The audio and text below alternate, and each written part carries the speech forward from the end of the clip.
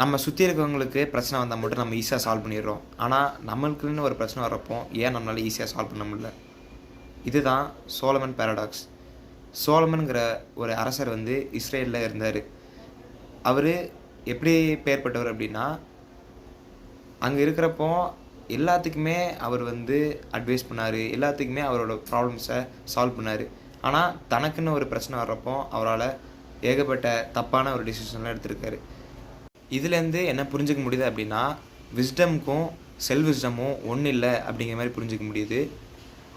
Why it happens, why we can't solve our own problems. Brain பொதுவாக வந்து நம்ம சர்வைவல்காண்டி தான் அது வந்து எவால்வ் ஆயிருக்கு. இப்போ எந்த பிரச்சனை வந்தாலுமே டக்குன்னு நம்மளை எப்படி நம்ம ப்ரொடெக்ட் பண்ணலாம் அப்படிங்கிற மாதிரி தான் யோசிக்கும்.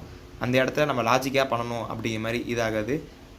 எமோஷனல் ஹைஜாக்கிங் அந்த இடத்துல ஆக்ட் ஆகும். அதனால அந்த எமோஷ்னல் பிரெயின் வந்து லாஜிக்கல் பிரெயினாக ஓவர் ரைட் பண்ணிடும். இது மூலயமா நம்ம வந்து என்ன மாதிரி யோசிக்க ஆரம்பிச்சிடும் அப்படின்னா, ஐயோ சப்போஸ் ஏதாச்சும் தப்பாக இருந்துச்சா என்ன பண்ணிடுது, ஒருவேளை நம்மளோட ஐடென்டிட்டி பெருசாக என்ன பண்ணிடுது, எல்லாருக்குமே இதை பற்றி தெரிஞ்சிச்சுன்னா என்ன யோசிப்பாங்க அப்படிங்கிற மாதிரி நம்ம நெகட்டிவாக ஒரு லாஸ் அவர்ஷனில் யோசிக்க ஆரம்பிச்சிடுறோம். இதுக்கு என்ன தான் வழி அப்படிங்கிறத யோசிச்சு பார்த்தா சைக்காலஜிக்கல் டிஸ்டன்சிங் தான் மெயினாக இது.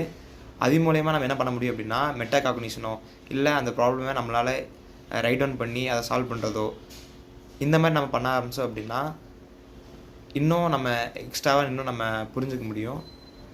இந்த இடத்துல விஸ்டம்ங்கிறது இன்டெலிஜென்ஸை தாண்டி நம்ம எப்படி அதை பார்க்குறோம், நம்மளோட பர்செப்ஷன் எப்படி இருக்குது, அது பொறுத்து தான் லையாக இருக்குது.